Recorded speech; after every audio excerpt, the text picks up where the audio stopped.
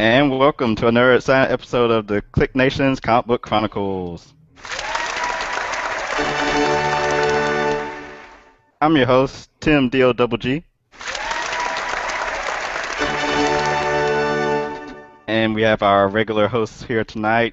First up, we have Dirt, aka PCN_Dirt from Twitter. Hi, everybody. And also from PopCultureNetwork.com. And we also have Agent_70 from Twitter. What's up, everybody? And we also have @RowdyCat on Twitter. Hello, everybody. And you may also notice we have another special guest here tonight on our 50th episode. None other than Glen Brunswick, the writer of Image Comics Reality Check. Hello. Applause. Real applause. Exactly. Not the applause in a can. So we Thanks, figured guys. for our 50th episode, what better way to celebrate it than to have an actual guest on with us? And Glenn was very appreciative to reach out and come on the show with us. So we appreciate that, of course. Thanks for joining us. Thanks, guys. I'm glad to be here with you. You'll regret it later. Sorry to hear that. So like I said, Glenn is the writer of Reality Check, which was a 4-issue limited series from Image that just ended a couple weeks ago. And he's also the writer of Non-Humans and Jersey Gods. So I guess first question would be, how did you come up for the idea of Reality Check?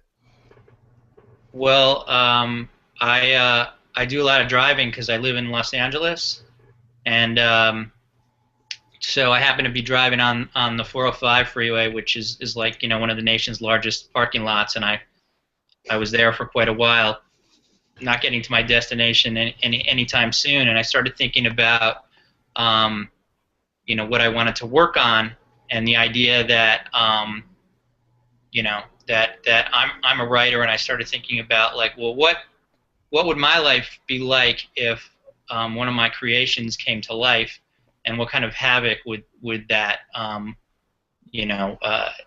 create for me, and would it be a good thing, would it be a bad thing? And so basically by the time I got to my destination, I kind of had the core of this thing, and from there I was able to sort of like come up with the rest of it. So I definitely I definitely would recommend driving on the 405 if the creative life is something you want to do, because you get to spend a lot of time with yourself and figure out what you want to work on. So. Now, when you're doing the driving, I always wondered this about writers. Did you keep like the pen and paper in the car with you so you could jot the ideas down before you forgot them? I do some, like I have like I do have a pen and like envelopes, mail, assorted mail in the car that I like scribble notes on and stuff like that. Sometimes I have the iPad in the car, and then I can just, like when you can pull over, you can, hopefully you remember your train of thought, and you get the notes thing going and throw it down. But yeah, so it's either like the iPad or bits of toilet paper. That would be for the times when you're in the restroom and the thoughts come to you. Never know when inspiration strikes. I find a lot of my really good ideas come when I'm in the shower, because my family is somewhere else, and I'm like alone with my thoughts, and I find that just if I'm having any kind of problems whatsoever, figuring out different sections or acts or whatever problems I'm having writing. If I get in the shower, I usually can, by the time the shower's over, I usually have a kernel of something that gets me going. So that's how I deal with my writer's block. Okay. I just have a quick question about the tone of the book. One of the things that really struck me was just how funny it was and how lighthearted overall, even though it kind of deals with some deep issues, the loss of his brother and the murder aspect and all that kind of stuff. Was there any point when you thought it might be a darker book and you decided to lean towards humor, or was humor always kind of the go-to with this story? I think it's a pretty dark book. I guess I get a lot of people have been like telling me that it's funny, and I don't know. I guess maybe just in my house, like the way like we always dealt with tragedy is through humor. So I feel like there's some like real serious issues that Willard has to tackle, and so from my perspective, it felt like I was writing a drama that had like comedy in it. That was what I had in mind, and I know that like part of breaking a book is you have to sort of like give the log line and give a sense of like what type of book it is, whether it's going to be a comedy or not, and so with my premise, like it sounds like a comedy. I realize that, but I always like envision the book as kind of a drama, so that's kind of like where you might have like the two different tones in the book, is because I just felt like the best stories are stories that take you somewhere dramatically, and I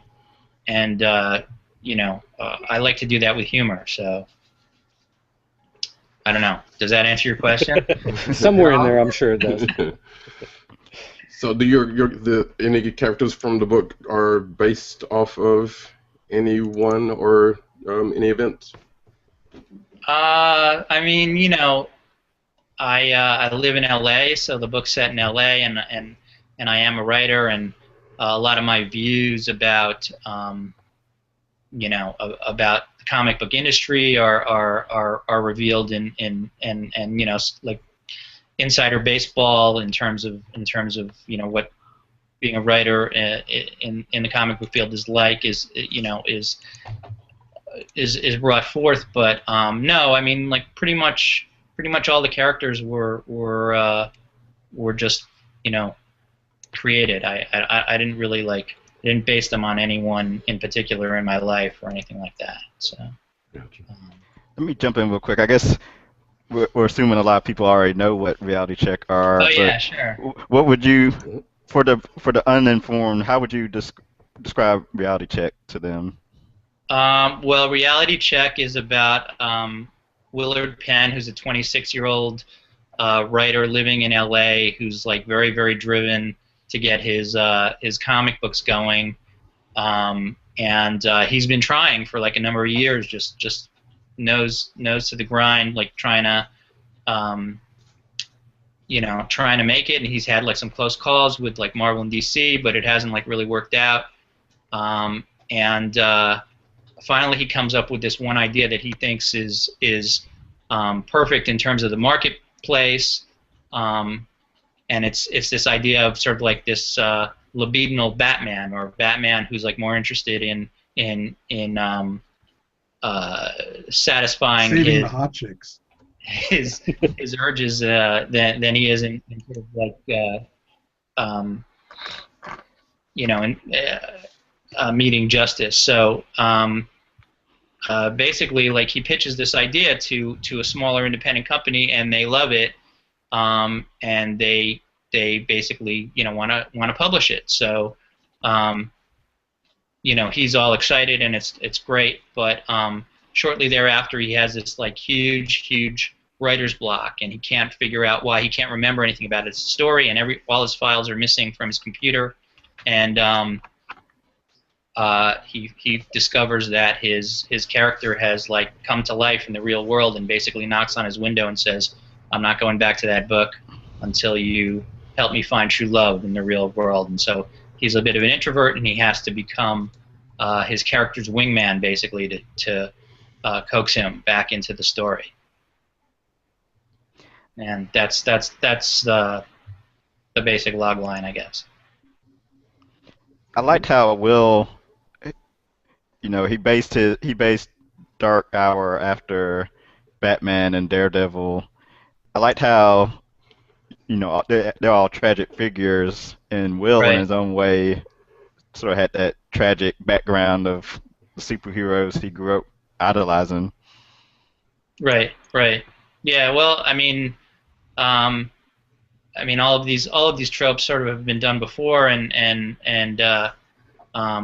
I think what's fun about it is the way sort of the characters react to, especially like Dark Hour. I had a lot of fun with him sort of like dealing with the fact that he is this conglomerate of sort of like different ideas thrown together, as opposed to sort of like, you know, he's upset that he's not an original idea, and that he has to sort of deal with the fact that you know, that he's not really sure who he is, because he's this conglomeration of things. So and the idea that like actually manifests as a real character in your life, I thought was kind of fun.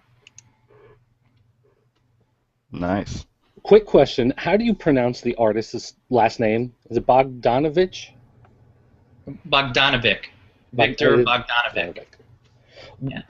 I read in an interview you said that you were instantly drawn to his artwork when you saw it. What in particular do you think he really brought to the title that added to the writing that you had in mind? You know, Victor is. First of all, I thought that his illustrations were just fantastic, and the detail was amazing. But you know, he has sort of like a Greg Capullo kind of influence, and a little bit of who am I thinking of? The Walking Dead. The first artist on The Walking Dead. Tony Moore. I'm drawing a blank again. I'm Tony sorry. Moore. Tony Moore. Yeah. So he has like that kind of like sensibility, but more than that, like I just feel like his expression on the various characters really like gives you a sense of like what they're thinking, and I really felt like my story being dramatic and emotional, and comedic, as you said, like really like depends on those emotions coming forward in the expression of the individual characters, and he's just so fantastic with that, and storytelling really is his. You know, it's not about like creating these big splash pages. Storytelling really is his forte, and I was just really drawn to that. I thought that was the perfect combination for for the story, and you know, I really couldn't imagine, you know, if I wind up doing another story arc, which I'm not sure we're going to do yet, but if we do wind up doing that, I couldn't imagine it with another artist. I mean, he's as much reality check as I am, as far as I'm concerned. I just think he's. I mean, what do you guys think? His art reminds me a lot of Eric Larson's, actually. At least the sort of actiony scenes of Dark Hour, sort of swinging through the city. Do you see Eric Larson there? Yeah, a little bit. The way he sort of the way he composed the characters, and like at least during the action sequences. Okay, all right. Well, that's interesting, because I mean, when I think of Eric Larson, who I love, I think of like, you know, Kirby, Jack Kirby. And in a sense, like, Victor feels more like, as I said, more like, you know, Capullo, and so, you know, I kind of feel like they're like different sensibilities in a way, but yeah, I think he does action really well. So. Yeah. Would you ever have any? To me, he's like, you know, he's the complete package as an artist. So I couldn't be happier the way it worked out. And we actually have another project in mind that we're gonna think about doing sometime next year as well. The project called what? We haven't titled it yet, and I don't want to announce it quite yet, because we just, you know, we haven't finished putting it together. But something that we're both really excited about. Well, do know that when you do feel like you want to announce it, you have a place to do it here. Absolutely. Just saying. Absolutely. It'll get out to so many people. Yeah. Would you ever have any interest of doing stories of Dark Hour in his comic book reality? I haven't really thought about doing that. No. I kind of felt like, you know, his stories exist. You know, I feel like they're better when they're here, when they're in the real world, because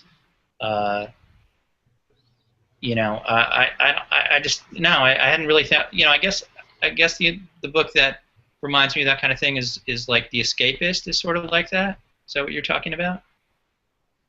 Well, kind of the character as he's portrayed in Reality Check is he's kind of come out of the comic into the quote unquote real world, and right. he understands who he is. He kind of understands that he's from this other place, but then to go back once he goes back into his comic book reality, so to speak, does he retain any memory of this particular adventure, and is that going to affect him? You know, would the ongoing stories of Dark Hour, you know, after he returns to his comic book world, be affected by what happens here, or does he just go back in the comic and he forgets everything that happens?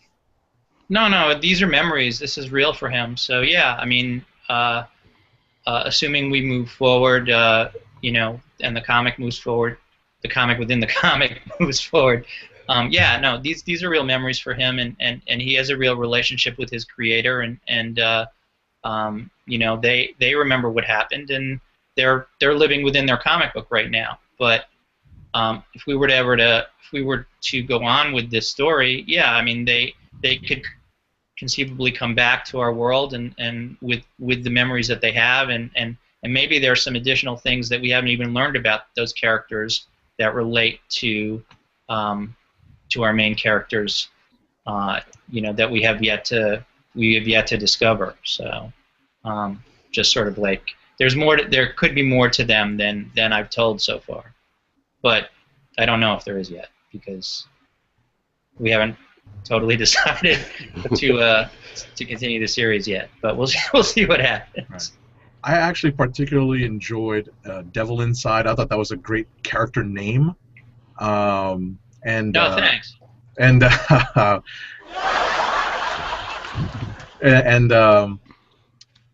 wanted to ask where some of the inspiration for that character came from, and did you have any input in the visuals? Because I actually got I thought Bogdanovic had a real who I actually confused with John Bogdanove, like an old, you know, Marvel artist from back in the day. But I thought the look for Devil Inside was really cool, and I wanted to know if you had any input on the visuals or the look of the character. Well, I think I told him that I wanted some kind of like crazy Joker-esque type character. But you know, he showed me a few different pictures, and I mean, this was the one that we decided on in terms of the villain, and I mean, it just knocked me out when I saw it. So it just was, you know, like he only had to show me that one picture once, and I was like, oh yeah, that's the guy. So you know, it seemed like you were having fun writing him. Did you prefer any one character over the other in this series? Well, I mean, you know, the two main characters, I guess, the relationship, the dynamic between Will and Dark Hour were the thing that I was like most focused on. That I felt like in order to sort of like for the audience to suspend their disbelief, they really had to believe that relationship, and that was the core thing that I thought about. That if they bought that relationship, then the rest of it kind of works, because then you're like, well, if you can believe that this character came in, then you can believe that his nemesis came in, and you know, and so that was really what I focused the bulk of my attention to in terms of, and so I guess that core relationship and those two characters are probably what I enjoyed the most. Willard kind of gets a little he gets on his soapbox a little bit about the state of the comic book marketplace right now. Right. Is this sort of a window or a flash into your thinking of how the current marketplace for comic books is, and how it's constructed, and what appeals to people? Well, I mean, look, I think this is like more so than just you know, more than just the comic book marketplace itself, but like writers in generally want to sit down and write what interests them. You know, that if they Right. have an idea for something, they want to explore that regardless of marketplace. And I feel like, you know, there are certain expectations within the comic book marketplace that that you have to hit, and certain things that you just can't do. And so, you know, I think that part of the frustration for writers is, you know, like it'd be great if, you know, you could just sort of like follow your muse and write whatever you wanted to, and then have an outlet to publish it. But you know, I mean, I think if you want to be successful as a writer, then you have to pay attention to the marketplace, and the marketplace is only going to publish certain things, you know, within various parameters, and you know, there are some things that are a bit different that manage to get through, but Right. you know, certain things you're just never going to see in comic book form because no one will buy it. Of course. I mean, who thought a book about zombies would sell, right? Yeah, I mean, you know, I think when Walking Dead was when it first came out, I mean, nobody was thinking about zombies at all. So Not at all. you know, now you know, you can't cross the street without tripping over a zombie book. Right. I was about to say we all missed that boat. What's that? I said we all missed that boat. Yeah. Yeah. So Were your other now we just have to get into Robert Kirkman's boat. That's right. were your It's a big boat. I was gonna ask, were your previous projects, the Non-Humans and Jersey Guys, were those both Image books also? Yes, yeah. All the books that I've done were for Image. The first book I did actually was with John Romita Jr. It's called Gray Area, and that was how I started working for Image Comics. We'd actually were going to do that. We were going to do it with Marvel initially, and then the creator-owned imprint disbanded, and so Quesada actually, who was our editor, walked us over to Image and introduced us to those guys, and that's how I got to know them, and so from there I just kept doing stuff at Image because I really like it there because you can do what you want to do, you know, and you don't really have an editor, and at the end of the day, it's you own the project. So for a writer who's interested in owning their own project, there's no better place. Definitely. It seemed like there was a bit of catharsis on your part talking about the comic book industry, you know, in the first couple issues of the book. Was there any point where, as you're developing the story and thinking about these things that you're going to throw in about the industry, did you ever think, like, maybe I need to pull that out? Like, maybe I'm giving away too much, or I'm going to piss off the wrong person if I put this in the book, and then you got to pull that out of the story? I don't think so. No, I mean, I wanted, what I really wanted to do was sort of like give a real window into what you know. I feel like if you're going to create a character, you want to take as much real stuff as you can take and throw it out there. And I don't know.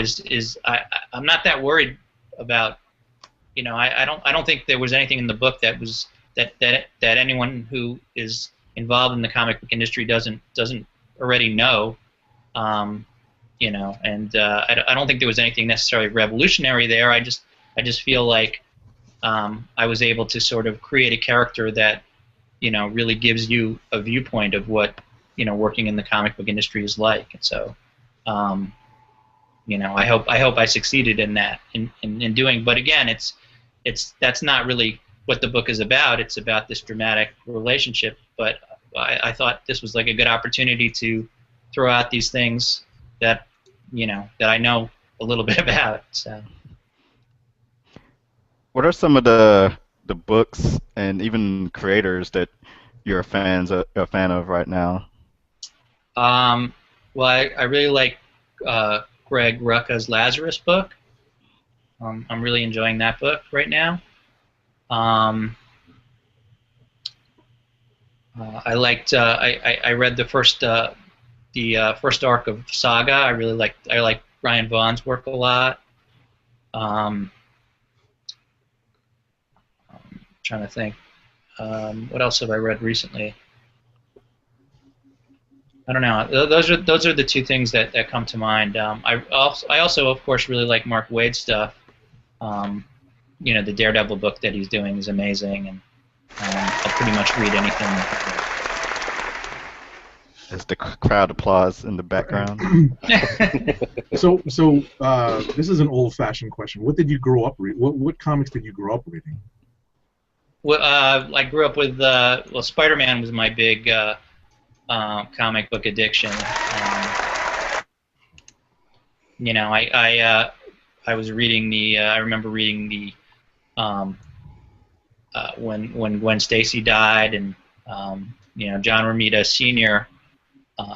Books that he was doing were where I got my formal comic book education, and then the rest of the Marvel universe. I was kind of like a Marvel junkie, and I really got into Jack Kirby's work, and obviously, like doing a book called Jersey Gods, I'm like a big New Gods fan, and so although I think that as a kid I didn't really understand New Gods or really appreciate it, and I had to go back to it as a college age guy and really sort of like dig into it and appreciate and when it. I did, I really appreciated Kirby's work, but I think that when I was younger, I was kind of missing that Stan Lee influence, that softener. Absolutely, I agree with that. Yeah. I had a similar experience with that. So, yeah, although I don't go to that era, I can definitely understand trying to read and understand New Gods, in collected format and just not understanding it the first time around. So, I definitely feel you on that. Well, and what's worse is back then, like we'd get like the back issues, and you didn't always get all of them, and then of course like it jumps around from the 4 different titles that he was doing. So, if you just had the New Gods issues, you were missing like a big piece of the story too. So, I really like the way that DC reprinted them a few years ago, where they're like, in the order that that Kirby actually did these books, and so you were able to read the whole thing in like one gulp in exactly the way that Jack was sort of like creating it. Made a lot more sense, and I really enjoyed it that way. I'm just kind of curious, thinking along those lines of, back in the day, comics were kind of this transient medium. If you didn't catch them when they were on the newsstand, they could probably disappear, and you might not see them again unless you could track them down. Whereas nowadays, it seems like a lot of books are perpetually in paperback. You can go into Barnes & Noble, or you can go into a store and they can order them from Diamond. And now with Comixology and a lot of these places where you can just go online and buy them digitally from anywhere on the planet and just download them instantly, does that change storytelling for you at all, with this idea that people can actually, if they happen to pick up number 3, they can easily get 1 and 2. You don't have to recap storyline like you may have had to do, with the books where you were growing up, or myself. I'm not calling anybody old. But they always had that page in the front that explained everything that was going on, so you could catch up. I feel you on that one too, Doug. I mean, does that change storytelling for you, knowing that they're easily accessible like that? I don't know if it really changes so much from a storyteller's perspective. I know that when I'm like researching something, if I want to look something up, it's obviously much easier to do, and in a lot of cases I can just do it from my computer, or do it without. When I was younger, we were still able to get the back issues. You'd have to go to like a convention.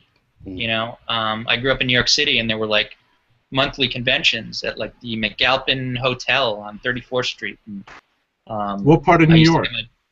What's that? What part of New York? I grew up on the Upper West Side on 96th Street between Amsterdam and Columbus. Ah, Upper West Side. Because I'm coming straight from Brooklyn, so. Brooklyn. Okay. Well, Brooklyn was different. A different Brooklyn back then. Definitely back then. Brooklyn was different 10 years ago than from what it is now. Dude, Brooklyn is nice now, man. I mean, I'd even want to live there. Hipsters be gone. Anyway, I'm sorry to interrupt. As soon as I heard you say you grew up in New York, I had to jump in because everyone else is from from parts unknown. I represent Brooklyn all the time on the show. But you don't have a Brooklyn accent. I gotta say, I don't. Listen, I can turn it on at any time. We have all parts of the globe represented. But you were asking like from a storytelling perspective. Yeah, I mean, I guess I don't really need to recap stuff the way. Although, I mean, frankly, like it's kind of like it's an annoying from a writer's point of view. It's an annoying thing to have to sort of have like sort of like a recap page, if you will, at the beginning of because when I'm writing a story, I'm generally thinking about like the arc of the story, the 5 issues of the story, the 4 issues of the story.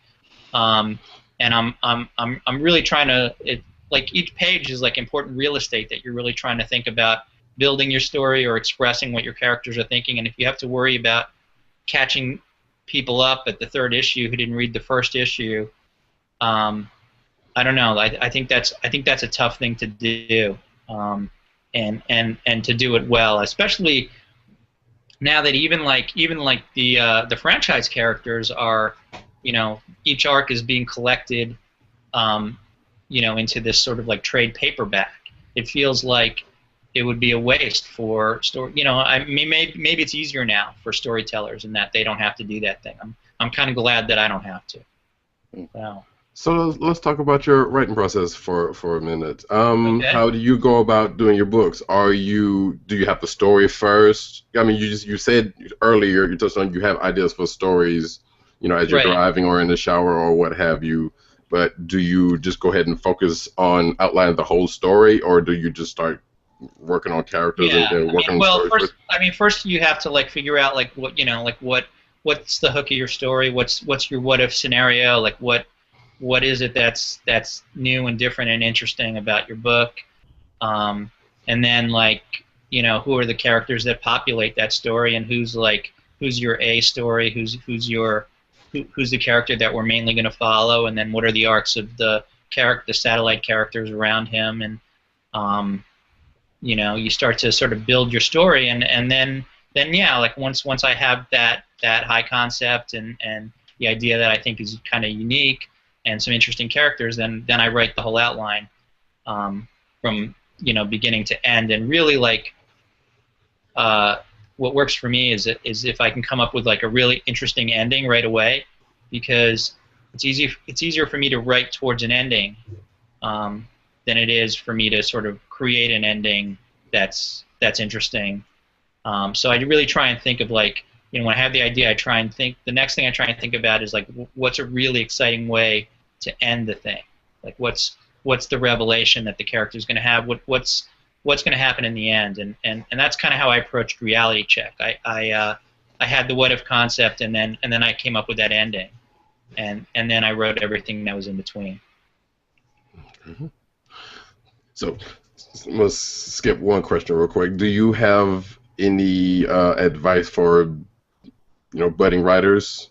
Because we have some in the audience and even on the show. To get I have some really good advice actually. Okay. Run away. What I would do is save up a little bit of money if you don't have like a trust fund, and try and hook up with an artist that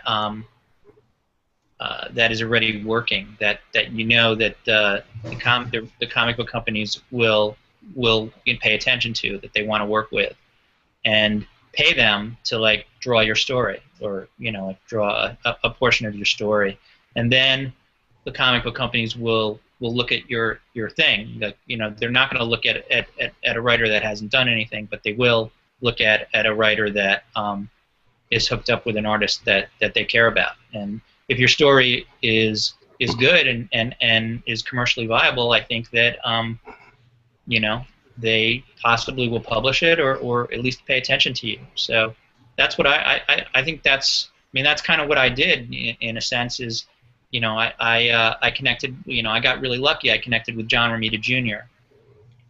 And obviously when you've got John Romita Jr., you can pretty much get a book published anywhere. So, obviously that's not that easy for all writers to do, but there's a variation of that model that I think would work. You can find somebody who's good that people want to work with, that wants to work with you, that's excited about your idea, and so that's what I would focus on. I go to conventions or look up on DeviantArt or try and develop some relationships with artists who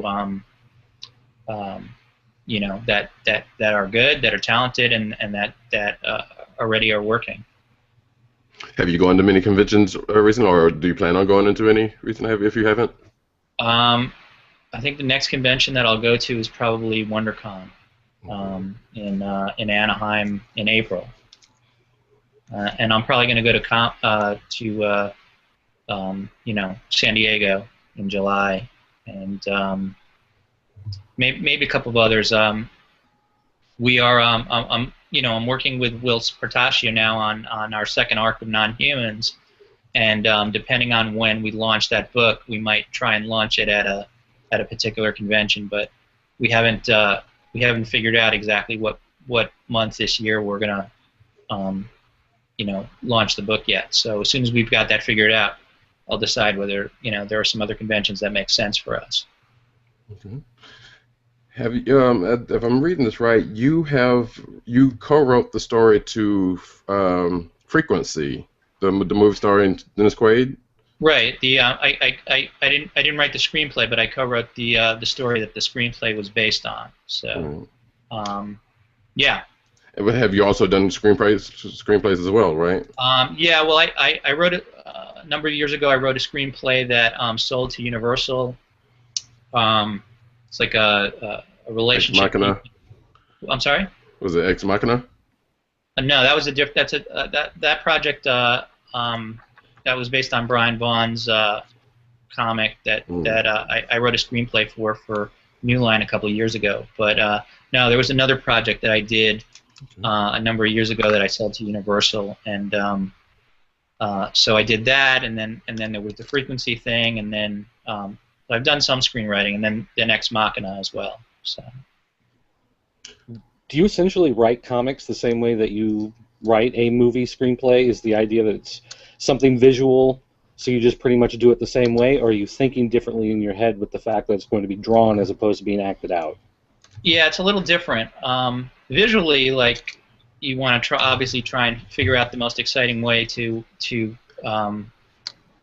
tell the story. So that part's kind of similar, but obviously a comic book are these frozen moments, and you're advancing the action through panels, and the reader is sort of like your companion in that he or she is filling in the gaps that you're leaving out, and you're trying to come up with frozen moments that really allow the reader to create that picture well in their head, because obviously you can't advance action in continuous fashion in the way that you can with a screenplay. And so that's like the major difference, is that you sort of really need to figure out where the height of those frozen moments are, so that you're not leaving out information that confuses the reader, and the reader is sort of working with you to provide the information that's missing. When you take a book to Image, do you do all 4 issues completely and then hand it off to them, or do you have the first one done and then give them an outline of what 2, 3, and 4 are going to be, or how does that process usually go about? Well, with the first one with John Romita Jr., I had John Romita Jr., so I just kind of presented John, and that was good. That helps. Then I did a book called Killing Girl with Frank Espinoza, who had done the book Ricchetto. I don't know if you guys remember that book, but Ricchetto was a big indie really popular book, and Image published it. So they already knew him, and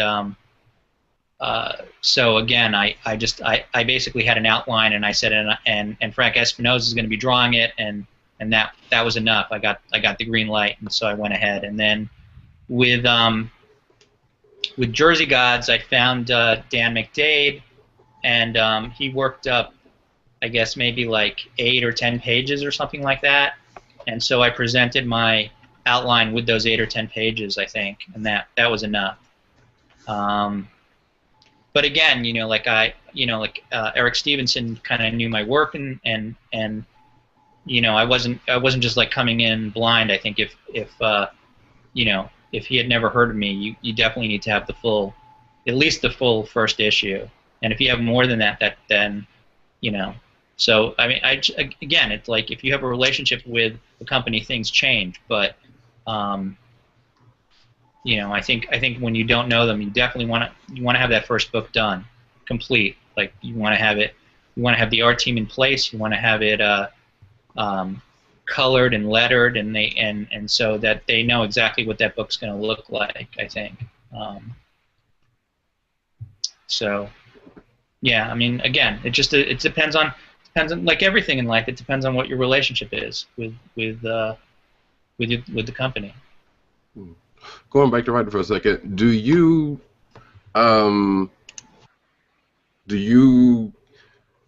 keep stuff that you've written that think, well, this is not a good idea right now, so maybe I'll just shelve this later, or are you kind of like a fire and forget? Like once it's down on paper and it doesn't seem like it's work, or you may at some point get rid of it? You mean like set fire to my computer kind of thing? Yeah, or just delete that file, or it's like, I don't know what, none of this is working, just trash the whole thing. I don't think you should delete any work that you've done, or get rid of anything that you've done. I mean, you never know when you want to and nowadays, like I think like in the old days when writers had like filing cabinets that were just eyesores, and your wife was staring at it and going like, you got to get rid of that thing. I could understand, but nowadays, like if you write something on a computer, I mean, how much space does a computer file like really take for you to hang on to? And I think it's good to keep these things, and I find that there, like if I'm at a loss, or I'm thinking of or can't think of ideas that I need, and if I go back to some stuff that I wrote and felt like wasn't that bad, but wasn't quite there, or wasn't quite, like you said, ready for the marketplace or so, I don't see any reason to get rid of that stuff. And I mean, have you ever seen the Woody Allen documentary? I know of it, but no, I haven't. Well, it's worth watching, because you really get to see he has these like note cards and like bits of paper, and they're like when he's finished with the movie, he goes through his like trunk of stuff of like note cards, and like just kind of like reads one, puts it down, reads another, puts it down, crosses them off until he stumbles upon the one that like he thinks he can like really I was amazed, because I thought like this guy's done so much stuff. I figured he just comes up with new stuff, but no, he's got like this trunk that he like carries around. Yeah, I have a notebook with a bunch of every time. Yeah, I have something like that myself. Have you had? So I have a question. Which one of you guys is writing right now? I'm jotting ideas down. Put it that way. Trying to. In the very early stages. Jotting ideas down. Okay. Cool. I have done not anything that I would care to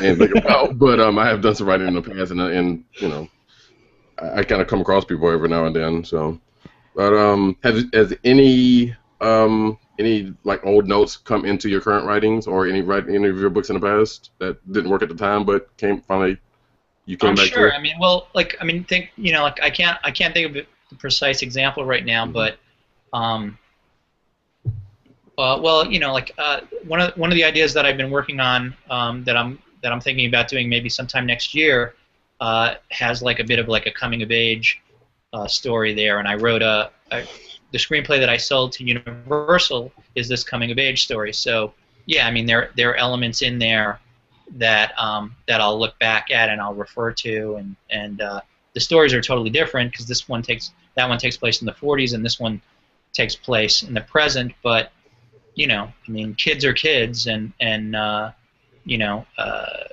there's a lot of material that I wrote for that screenplay that never went into the screenplay that I can refer to and look at when it comes to that. So yeah, I mean, it's always good to have that stuff.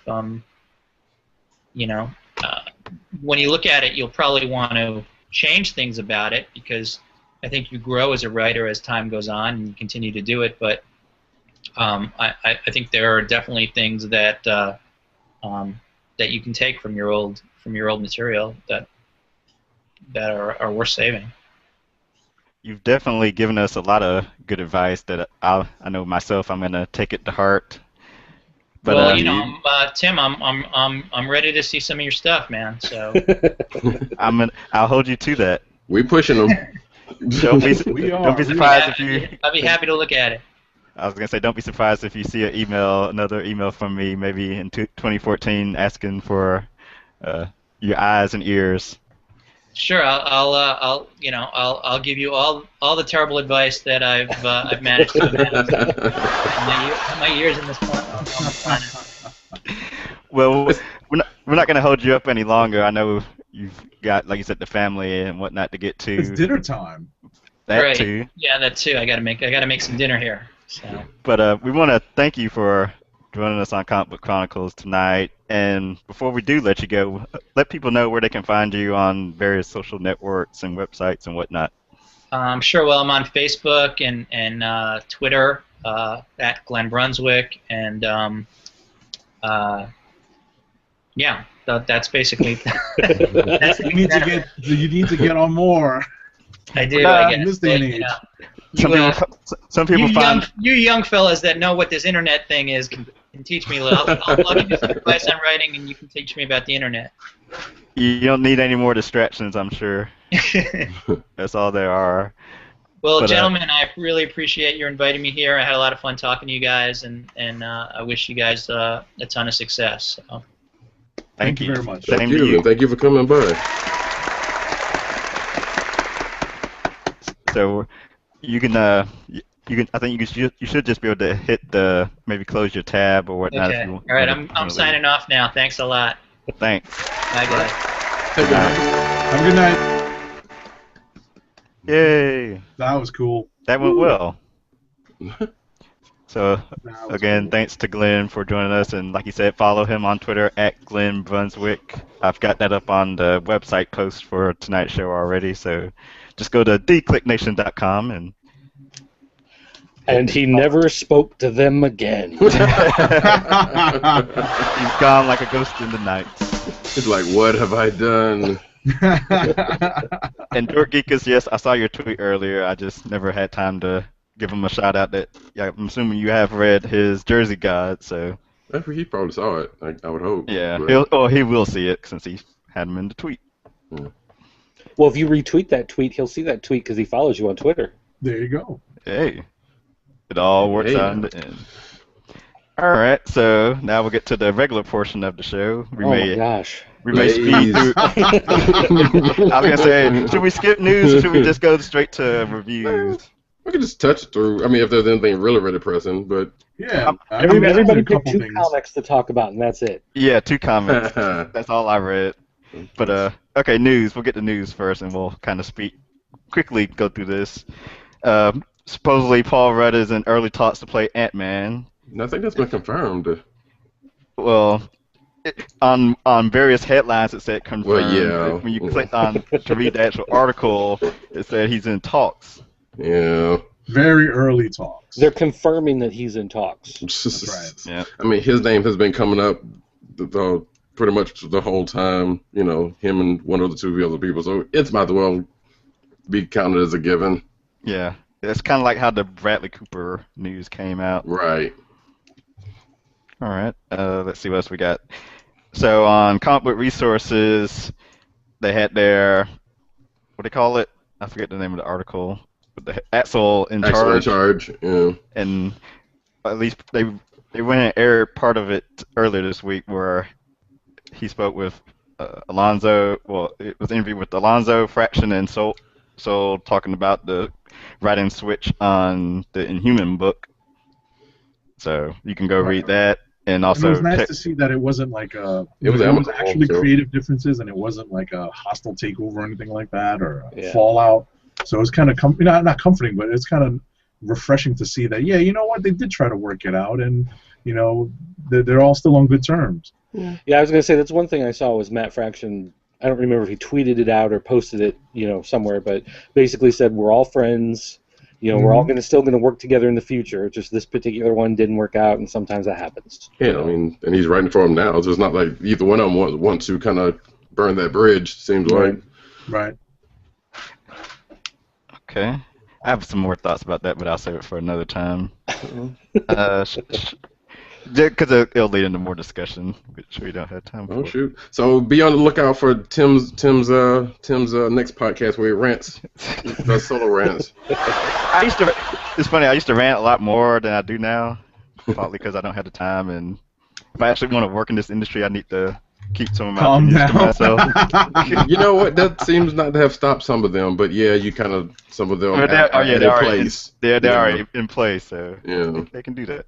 Shia LaBeouf, he was in the news. Yeah. What And a it's funny mess. because What a mess. I ignored it the first day it was announced because I just didn't care, but it kept popping up so much that by the second day, I was like, okay, let me finally click one of these links and read what this is about. So what's the 2 cents? Because I kind of ignored it too. So basically, as the headline says, Shia LaBeouf steals Dan Clowes, assume that's how you say it, comic book idea and made it into a short film, and then he plagiarized something else when writing his apology. So he's a thief times infinity. Basically, stole a short comic book story and made it into a short film. And when people realized that he had stolen, someone else's work, he just basically said, "Oh, I forgot to give the guy the proper credit for writing the story." And the guy who wrote it, Dan Clowes, was just basically like, "It doesn't matter if you give me credit; you still don't have the right to do it." He didn't get permission. And then he writes an apology, and chunks of his apology are actually lifted from like Pablo Picasso quotes or something like that. So it's like even that wasn't original, and a lot of people are giving him crap for it. So perhaps he didn't think somebody was. Oh, crap. I was gonna say people have gone back and I guess he has some other comic book short stories he's done in the past too, and supposedly he's plagiarized from them and those also. What was I about to say? Was he thinking that nobody was going to notice this or anything? Or I mean, with the apologies, it seems like, okay. Well, with the apologies, it seems like, all right, you caught me. So what? I'm doing it again. I don't know. But yeah, basically, if people plagiarize because they don't want to get caught, or they Right. think they're not gonna get caught.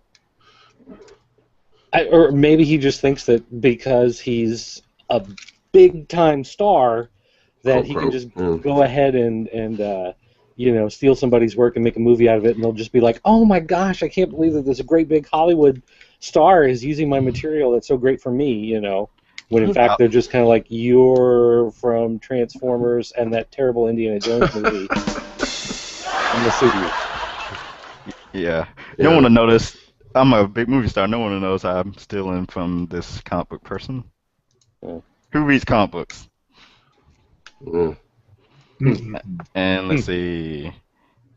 Supposedly, Superior Spider-Man number 30 may or may not be the final issue of the series. No, that's not. There's Well, nothing about that. That's true. it's- That's just yeah, the art. It could be. It could be. One of the things that's rumored is that there could be a new number 1 coming out to coincide with the new Amazing Spider-Man 2 movie. Right. Right. Yes. And what else? Hawkeye Hawkeye number 15 was supposed to come out. Was it this month? Wait, was it? Yeah, this month. Yeah. Yeah, it was supposed to come out today, this week, I believe. This week, I think, or, It got pushed back to next week. So basically the same type of delays it's had before. No, it's got to next month, I think. Nothing to see here. Yeah. Moving on. I'm gonna skip down to Marvel exec Tom Brevoort defends renumbering. It basically, someone did an interview with him, and they were asking, why does Marvel seem so afraid to publish a book with more than 15 issues? Why do you always have to go back to number one all the time? And he basically says it's economics. I mean, if you think about it, every time we do a new number one, everybody buys it. And then after a couple of years, the sales drop off, and we restart it at number one, and everybody buys it again. It's just one of those things where, numbering, continuing the numbering on and making it bigger and bigger is just something that really doesn't matter in the long run. And when you start over with a new number one, it lets people know, like, hey, now's the time to jump on with a new creative team or a new story or something like that, which you could do in the middle of the run of a book, but making it a new number one just makes it clear to everybody out there that here's something different that they can pick up and try out. So he just basically says it makes a business sense, and holding on to those old numbers is just something that old fuddy-duddies do. And we have breaking news. Uh-oh. Going back to the first article we talked about tonight. So Marvel has finally confirmed Paul Rudd as Ant-Man. No way. So that's cool. There you Confirmed go. where? Superhero Hype and Bleeding Cool both tweeted it out just a second ago. Wow. Yeah, there's a full press release, and I retweeted it. Marvel's Ant-Man has found its hero in Paul Rudd, who will star in the new film from director Edgar Wright, hitting theaters July 31st, 2015. But then blah, blah, blah, blah, blah. So that's why we're always breaking news here on the Comic Book Chronicles, especially movie news on Thursday nights. That's right. Indeed. When we're recording. Best time. That one I just put in, it's probably not so much news, but somebody, if you want to put that in the show notes, it's somebody. Yeah, we need to get to that eventually sometime. Yeah. I guess we can go ahead and say it since people be like, "What are you talking about?" Right. What are you talking about? Yeah. Yeah, Paul Dini. So Paul Dini said he commented on Cartoon Network's programming decisions and why boy viewers are valued over girls. There's a nice IGN article you can go read, and he was also on the Fat Man on whatever Batman podcast, Kevin Smith's podcast, yeah, whatever that thing's called. Yeah. Well, basically, you can hear the whole transcript of what was discussed. Basically, boys buy toys and girls don't, so therefore they want cartoons for boys and they don't care about girls. Yep. Girls are icky. Yeah, plus there's the cootie factor. Yeah. All right. So now into we're gonna take Dirt's directive and pick two of the books you reviewed or read and discuss them. And if there's time, you can mention something else. Who would like to? We can do everyone. I can go one by one. So Agent 70. Oh. I was gonna say, well, there's a couple books that look like several people read, so we can kind of jump through some of those first, because I noticed like Superior Spider-Man.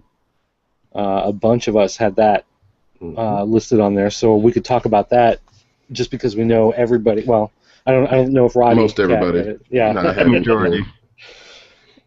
So Superior Spider-Man number 24, which is we're one issue away from the double-sized 25th issue and the end of Darkest Hours. Of course, Spider-Man is still bugging out with the Venom symbiote. Spider-Man bugging out, really? I know how to play with words. Words with friends. So basically, Spider-Man has stolen the Venom symbiote, and he believes that he is, I guess, smart enough, strong enough, has higher willpower or whatever, that he can control it. And at the same time, you've got Green Goblin is really getting ready to pounce. He's cracking all of his secrets and kind of laying the foundation for taking him out. And at the end of the book, the Avengers are being called in to bring Otto Octavius down. So we got a lot of stuff kind of building up to a big confrontation here. I saw the Avengers, I was like, oh yeah. As Jim Ross would say, business is about to pick up. Mm-hmm. So do you think this is going to start the downfall of Otto Octavius as Spider-Man? No, because just like when he fought, I think how it's gonna end is the Avengers will fight him. Somehow they'll they'll tear the Venom symbiote away from Spider-Man. He can sort of use the symbiote as an excuse for his odd behavior. Right. At least while he's had it, while he's acting all psycho, and somehow someone else will end up with the symbiote. Because eventually we know that Venom's going to be in Guardians of the Galaxy, but they've been kind of teasing. Well, we know it's Venom in there, but we don't know who's the symbiote, because the symbiote can. Oh, you mean change who's the host? Yeah, Right. who's the host? Because he can change its shape, so it may look like Agent Venom, but who's really under the costume? It'll be Aunt May. Ah! I would read that book. Hey, she's I been a would herald. too. I would too. She's been a herald. Don't act like it couldn't happen. That's right. Golden Was oldie. this nonsense? You don't even know about that? Oh my goodness, we are dating ourselves, gentlemen. Yeah. Yeah. Okay, what's another one everyone read? I'm trying to scroll through here. A couple of us read Uncanny Avengers 15. When I say a couple, me and Agent 70. So, Uncanny Avengers 15, of course, it's the fallout from last issue surprise deaths and whatnot. And we saw a couple cameos from a couple of mutants across the Marvel Universe. And it was mostly Captain America trying to take on the Apocalypse Twins, and also Thor and Wasp taking on Sentry, who Right. was citing poetry the entire time. Which also reminded me why I don't like the Sentry as a character, because he's annoying. There's a lot of reasons why no one likes this. That's why his toy is still on the pegs and on the shelves in the conventions. But what I've liked about the last few issues of Uncanny Avengers, and I think we've mentioned this in the past, is that the story's really moving now. It's not nearly as static as it was. Now, I don't know the last time I've seen. I believe it's a Celestial. Spoiler alert. In a book, and seeing it appear was kind of like a wow moment for me, because it's just been so long. They haven't been used in a Marvel book in so long. I felt like, what was it? Wasn't there like a Dreaming Celestial in California or something like that? But other than that, we haven't seen one acting celestial-like for a long time. So there's some things going on in Uncanny Avengers, and I'm looking forward to the next issue. I'm ready for all the mutants to get raptured up to the Ark. I just want to see this mass of mutants, every possible mutant that can be in this book. I'm ready to see them all. So you're primed for that whatever that graphic novel is that's coming out, talking about no more humans. No more humanity, right? Yeah. Yes, I am. Okay. It's interesting. Let's see some other books. Let's see. I'll jump to pick. I guess you can pick another book, Dirt, from your long list here. Oh my gosh. Who do you want us to shine the spotlight on? Here, I'll lump the two Amazing Spider-Mans together. We got the 700.4 and the .5. .4 continued the story of him in the Black Lodge, the hospital that's built for supervillains. And I don't know, I thought it was okay, but it just seemed like it wrapped up in the most kind of basic way possible. The bad guys figure out who he is, they start to fight him, he busts out a wall, he runs away, the place catches on fire, everyone kind of dissipates, and that's more or less the end of it. So, it was, I don't know, it's like, it was a neat idea of having this hospital for supervillains, but I don't know, it just seemed like catching on fire and running out the window is just kind of wrapped it up a little too nicely.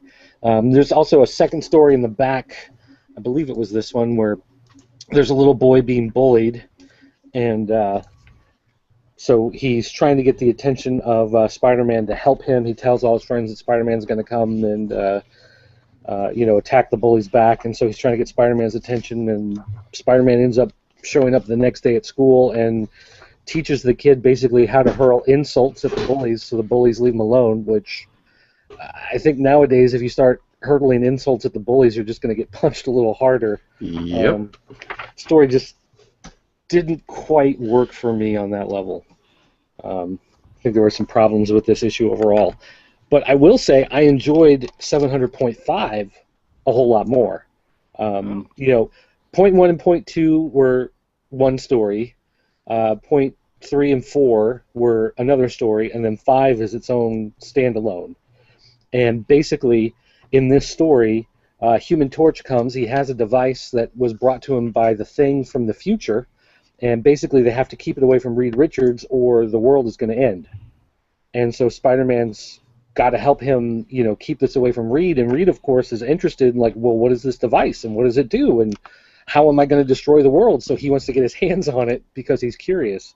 So they have to work together to try to keep it away from Reed Richards. And the ending of the story is the most out of left field ending I could have ever imagined for a story like this, and it was brilliant and perfect, and I loved everything about it. And I can't say anything because it'll ruin why it's so brilliant and works so well, but even if you don't buy any of the others, buy this point 5 because this story stands alone and it is great. This would probably be my pick of the week on this book. I was gonna ask. Wow. I might actually read it then, because it's funny, I'm a Spider-Man fan, but yet I haven't paid any attention to these 700 point issues. Yeah, and there really hasn't been much reason to. I mean, people kind of wanted to celebrate Peter Parker for whatever reason. There were 5 weeks in December, so they were going to make 5 books, and they forgot about the holidays, and it kind of messed everything up. Mm-hmm. That's why we have 2 in the same week. Yeah.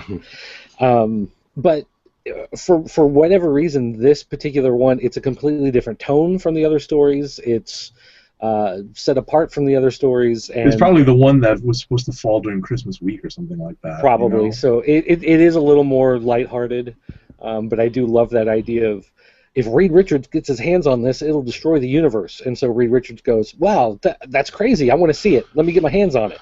Yeah, I'm setting up a self-fulfilling prophecy at that point. Yeah. So definitely check that one out. Okay.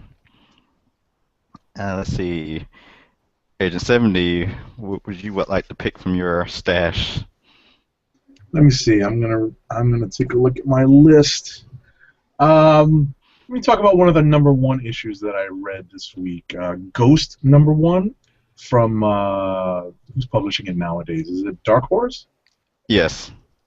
So I read this being somewhat familiar with the character from its previous incarnations, and it definitely jumps right into the story. There is a recap page to initiate the uninitiated into what the character is about, but they do sort of go into her origin. But it's basically right from the get-go. You get action, and you get her mission. And I thought the book was pretty well done. The art is definitely attractive. The art is done by Chris Sabella? No, art by Ryan Sook. Oh, say Ryan Sook. Right. The story is by Kelly Sue. Right. The story is by Kelly Sue DeConnick and Chris Sabella. And he's a co-writer. Right. I see. I got a question. This is a existing character book? Yes. Yes, this is basically a relaunch. Okay. Ghost is didn't she originally appear as part of that World's Greatest Comics thing that Dark Horse did in the mid-90s where they had the 16 different books? Yeah, she was part of that lineup, and then she's popped up a couple different times over the years.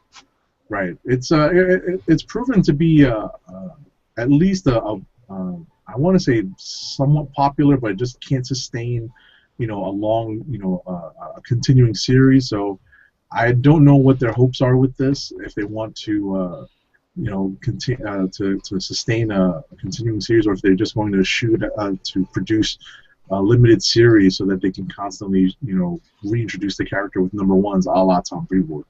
Yeah.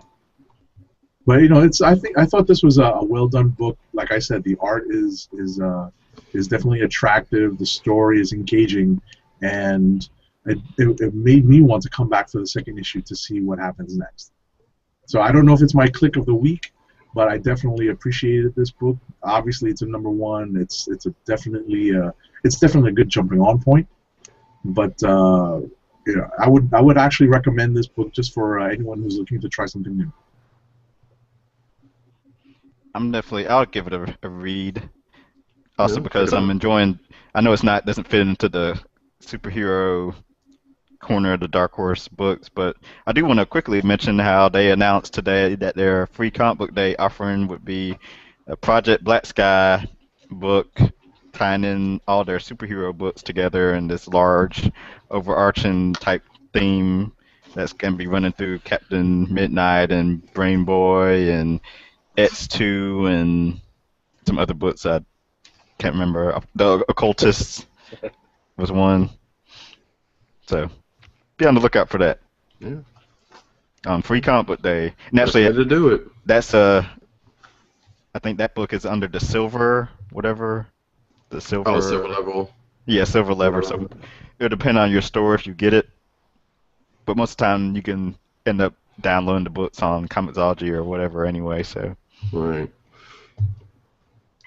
So, Roddy Cats, your turn. So, let me go ahead and pull out Black Science #2.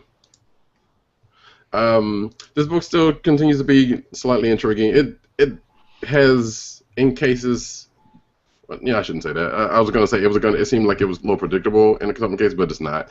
This particular issue is pretty much focusing or starts to focus on one of the other characters as opposed to the main one. I believe his name, not the main one, but the Ward Grant. is the guy Grant is the main guy. Ward, who is pretty much like the bodyguard. I'm seeing more of a Lost in Space vibe and sliders in this book, which is compelling to me. And you kind of get into more of the backstory of what happened, and you see some flashbacks to a couple of different things, like the flashback to pretty much right when the book finishes, or when not the book, the project they're working on finishes, and little arguments in between the guy who's backing it and Grant, and then you just flash forward to what happens in the book, and Ward has to go out and find somebody because the main character is indisposed. Okay. So it's pretty good. It's a pretty good read. It was on my list of books to try to read before the show, but didn't make it. But yes, I'm enjoying the series, at least issue 1 so far. Yeah. We've already talked about my 2 books for tonight, so I really don't have anything else to talk about. Yes. Let me go through y'all's and cherry pick something. Yeah, actually, I was about to do that, if you don't mind. Dirt, Red 10, #5. Red 10, #5. This is at its core, mystery book. It's taking an old Agatha Christie story and basically making it center around superheroes, but it's a murder mystery. And all these superheroes are drawn to this island where they believe that the killer who killed one of the other heroes is going to be hiding out, but they find, in fact, that the villain that they went there to capture, he, in fact, is dead. And as they investigate, trying to figure out what happened to him, all of these heroes are dying off one by one. And here in issue 5, this is a 10-issue series, so here in issue 5, things kind of take a turn. You start to learn some little nuggets of stuff that change the scope of the story and kind of change what your perceptions of what's been happening. Up until now, you've believed that the villain that they came to apprehend killed one of the other heroes. That's how the whole thing started, but you actually find out that another character was actually responsible for it, and so they came on kind of like this false pretense.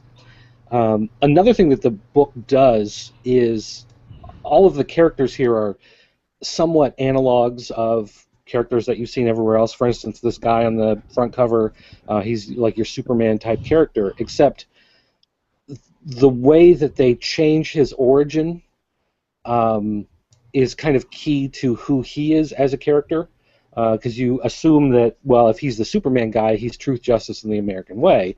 But as it turns out, there's a lot more to his backstory than precisely that. And the book is not only playing on the ideas that the heroes have about themselves and each other, but it's also kind of playing on us as readers, because we see some of the characters on here who there's like a Wonder Woman analog, there's the Superman analog, there's Martian Manhunter analog, you know, and so you expect them to act a certain way and to have a certain history with each other, and then you're starting to find out that they've done that specifically so that you would assume that that's who they are, and in fact that's not who they are at all. So I'm really kind of enjoying how it's playing with the reader, as well as at the same time this murder mystery is going on, and they're all kind of being played at the same time by whatever force this is that's killing them off. So good murder mystery, and it's one of those stories that runs a little deeper than your average comic book, and you do sometimes you'll run across something like in this issue. There are a couple things I ran across and I was like, wait, what? And I had to go back to like issue 1 and 2 and kind of reread, because there were subtle things that I felt like I had missed because I was reading it casually, and then you do kind of get that payoff later. Cool. And it is a limited series, a long limited series. Yeah, 10 issues. Okay. All right. And I know we talked about it before the show, but go ahead. This is the dirt portion of the show. The Illegitimates #1 of SITS. Oh yeah, this. Let people know about another #1 book. Yeah, this book was a lot of fun. If you're a big James Bond fan, this is basically the James Bond universe. Sold. You've got this super spy who's traveled the world and has had decades of these special missions, and has a penchant for the ladies, we shall say.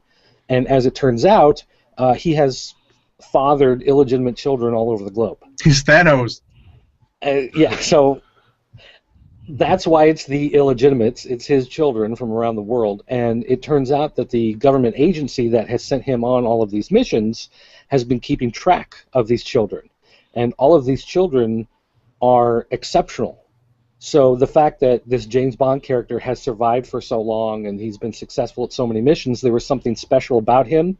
So they've been kind of tracking these kids and trying to find ways to kind of foster their abilities over the years, so that when a mission does go wrong and your James Bond character finally fails, then these kids are the fallback. And so now they're trying to recruit them and bring them together to try to stop the major villain, who it appears has gotten away with his fiendish evil plans for taking over the world. So I just love, I'm a huge fan of the James Bond movies to begin with. So the fact that they're playing with that idea and bringing all of these missions together and these kids out of the woodwork, and there are lots and lots and lots and lots of little winks and nods to stuff in the James Bond universe, and they have flashbacks to some of those old missions which you can kind of recognize from James Bond movies in the past and things like that. So it's a lot of fun. And I should also mention that it's brought to you by one of the SNL cast members. Yeah, that's what the PR said, but I haven't seen SNL in so long, I have no idea who it is. The Killam last name, I forget the guy's first name. He might not even be on SNL anymore, but at least he was the last couple of years. Mm. But definitely a good book. Yeah, I'm gonna that out. give that a read. Yeah, same here. Anything else? Going once? Going twice? I think we might be done, you mean people. in terms of the reviews? Yes. In terms of the reviews? Yeah, I think. Yeah, I was about to say, unless we want to do Click of the Week. Yeah, I can say it's Click of the Week time. Okay. Wait, listen. If anyone else has stuff to talk about, I'm actually going to pick a Click of the Week book that I didn't even talk about yet. So. Let's hear it. Anybody else? Oh, we're going to start Click of the Week. So my Click of the Week is Indestructible Hulk #17.INH. because I had a ton of fun reading this book. Apparently, what they're trying to do is foster, or at least further delve into the rivalry that exists between Bruce Banner as a scientist and all the other genius level intellects in the Marvel universe. And it's illustrated as clear as day here how Bruce Banner feels when compared to the big brains, the fellow big brains like Stark and Hank McCoy and Reed Richards and Hank Pym. And the story basically kicks off. The story gets rolling because Tony Stark, being his usual jerky Tony Stark self, starts prodding Bruce Banner. Why anyone would prod and poke at Bruce Banner is beyond me, But when you're wearing an Iron Man suit, I guess you feel like you're, what is it? What's his moniker? Invincible. Invincible. So moniker. Exactly. So you can, poking at someone who can become a giant green rage monster, I guess, is something he's not worried about. And of course, that gets the shenanigans started. The premise of the story is that Bruce Banner is trying to find a way to either contain or stop the spread of the Terrigen mists and the mutations that are coming that are befalling the people who have any hint of inhuman DNA in them. So Banner's trying to come up with a way to stop it. Almost stereotypically, he comes up with a bomb. And that just gets the other. That works out well always. Right, exactly. And then the genius level people are like, no, not another bomb, and everything starts from there. So I enjoyed this book. I had a lot of fun reading it. That's why it's my click of the week. And the art by, let me look up who the artist is. It's Clay Mann, isn't it? It's two people. Clay and Seth Mann. Yeah. So I guess they're related. And it's definitely a draw for the book. Clay. No, I was just going to say Mark Waid with another great story. You were saying about Clay? I was going to say he did the Gambit series that ended. Right. Part of what you said reminded me of what happened in Avengers Assemble this month. But go ahead, Tim. I was going to say to piggyback off of Agent 70 and the Hulk, Indestructible Hulk, I will say my click of the week isn't actually a book that came out this week, but came out last week, because it would be the Indestructible Hulk Annual, which was done by I don't even want to butcher his name.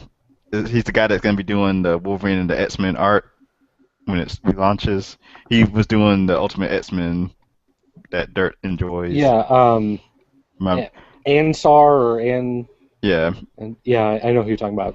And who was the writer? Damn it, it was someone else.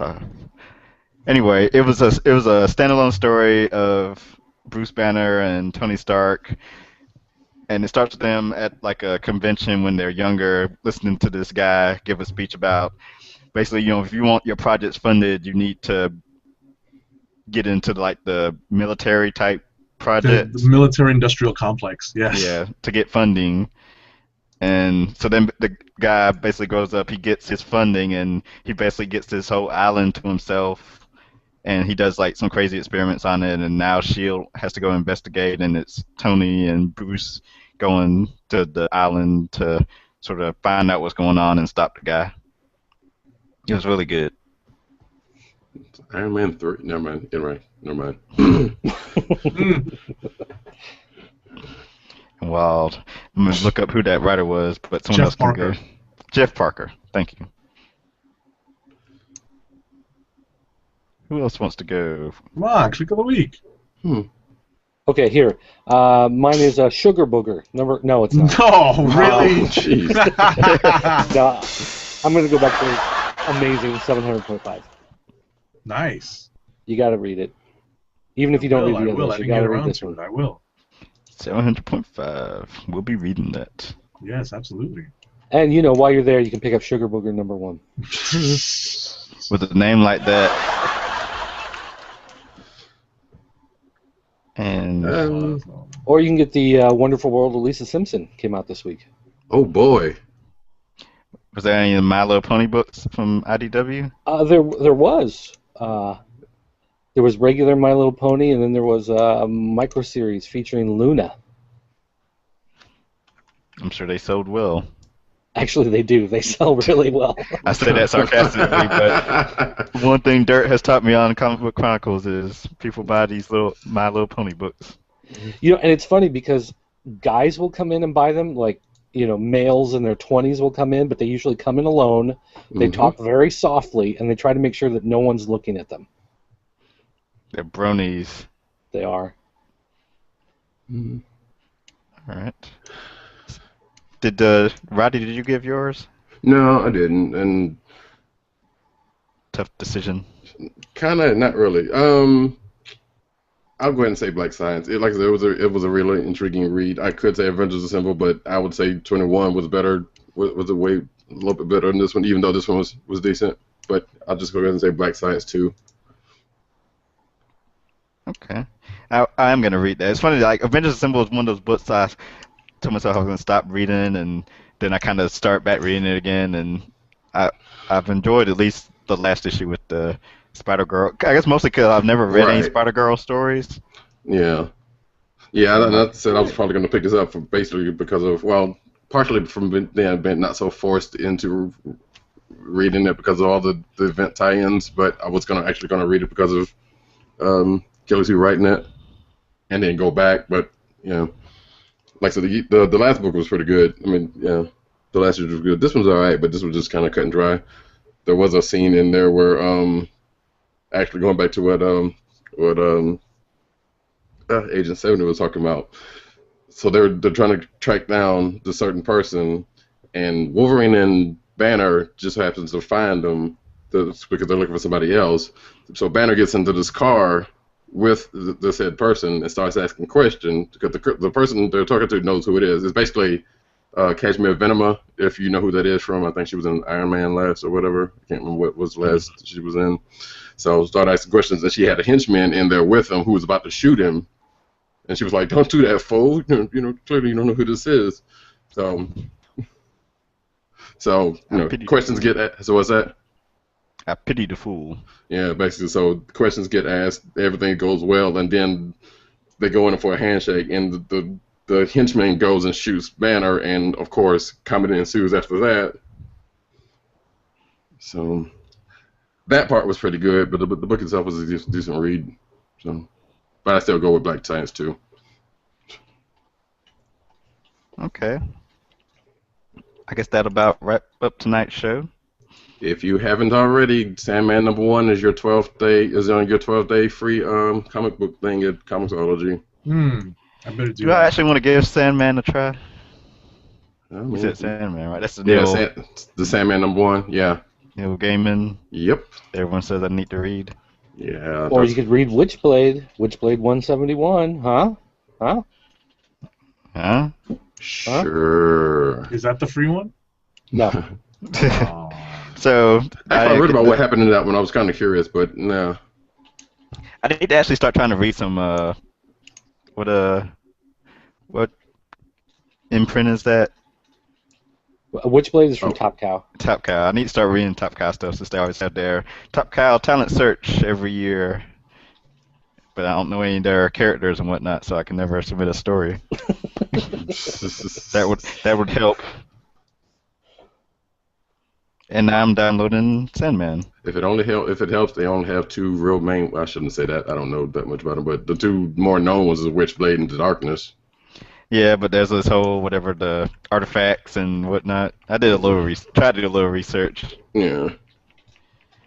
So make sure to go to the website theclicknation.com, where you can find previous episodes of Comic Book Chronicles and comic book reviews, news. Make sure to follow the Twitter account at theclicknation.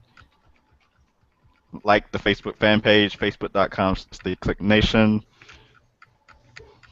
Add us to your circles on Google+. Just search for The Click Nation and join the community, The Click Nation community. Subscribe on iTunes and Stitcher Radio. Just search for The Click Nation. and subscribe to the YouTube channel, youtube.com/theclicknation. And if you ever have any feedback you want to have read on a future show, send that on over to theclicknation@gmail.com. So once again, I want to thank our special guest, Glen Brunswick, for joining us earlier tonight's show as we celebrate our 50th episode. Woo! Woo! Whoa. So there may not, more likely there won't be an episode next week because it's the Christmas week, and Christmas is on the Wednesday, right? So the Right. Yep. next New day will comics be, come out on Tuesday, so remember that. Go to your comic shop on Christmas Eve and get your comics. Yep. Right, because they need money to pay bills and buy Christmas gifts for their families. Yeah, I on think- Christmas Eve, right. Sure. Oh yeah, we'll pay the credit card bills afterwards. Yeah. Rocket Girl number 3 comes out next week, doesn't it? No. Oh, okay. I was gonna say 2 came out not too long ago. I thought I saw I that just read somewhere, it. but I finally read it because I'm still catching up on stuff. or Voltron. Anyway, Yeah, what were the big books out next week, Dirk? Let's see. Next week you've got Robotech and Voltron. The crossover comes out. You've got Forever Evil number 4. You've got Justice League of America 26. You've got Avengers. I've got sitting over here. 24 Your point. Avengers 24 point now. Now, Point now. now. And then I'll be reviewing more than likely. The Saviors is coming out from IDW, and there was something else. Let's see, what else do we have? Didn't you have the Saviors on your list for tonight? I didn't. I thought Somebody someone did. had it. That wasn't me. Deceivers comes out next week. There's a Doctor Who special. And then the Wolverine Origin 2 number 1 comes out Ooh.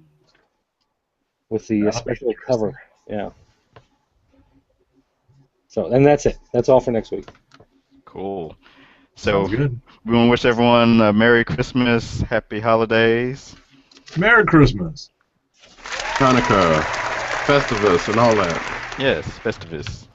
Happy tidings, and we will see you whenever we record again. In the new year. I In the guess. new In the year. New Year. Because we probably won't be recording on that New Year's week either. We'll see. Wow, this is a long hiatus. You Well, better we'll get our see. reading in. We'll check back in. Whoa. Oh, As man. Dirk shows off. Heeds the call of the last prime. Say something else.